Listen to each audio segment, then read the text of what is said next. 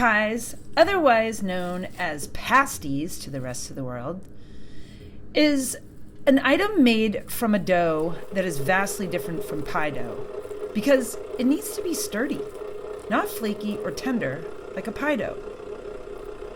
We need to be able to handle our hand pies. And yes, while the fats being uniformly distributed throughout the gluten-free flour in this recipe says goodbye to flakiness, there actually are some advantages to making the dough this way.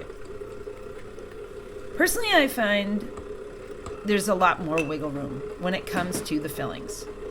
This dough is very neutral in flavor, and it can actually accommodate any sweet or savory filling that your heart desires. I happen to be adding cinnamon to my hand pie dough because I have a ton of apples left over that I need to do something with. So I'm going to make a filling, and I'm going to fill all of these hand pies with that apple filling, and then I'm going to bake some off, and then I'm going to freeze the rest because I've noticed that this pie dough, it can hold up in the freezer. Secondly, this dough, if it's chilled long enough, can actually handle all the rolling and the cutting and the filling and the folding required to make a little hand pie. Personally, I like to split the dough up so that I can blend my worked dough into my unworked dough, because I find that once I'm rolling it out and then after I'm baking it off, it hasn't bounced back or shrank in the oven, which is ideal, especially when it comes to baking. Typically, the best baking apples are Granny Smiths and Golden Delicious because they hold their shape and have a tartness that balances out the added sugars. As I mentioned before, these apples need to be used. And since they break down and become watery when baking, I'm going to cook them down first, tossing them with some spices, sugar, and salt, and then caramelizing them in more sugar and butter. Making the filling while the dough is chilling and relaxing is actually ideal, because once the filling has been made and cooled, the dough is pretty much ready for rolling out. But I have to add that both the dough and the filling can actually be made 1 to 2 days ahead. They just both need to be cool, especially before filling. Chilling the dough prevents it from spreading out too much when baking, and it helps it to retain its shape.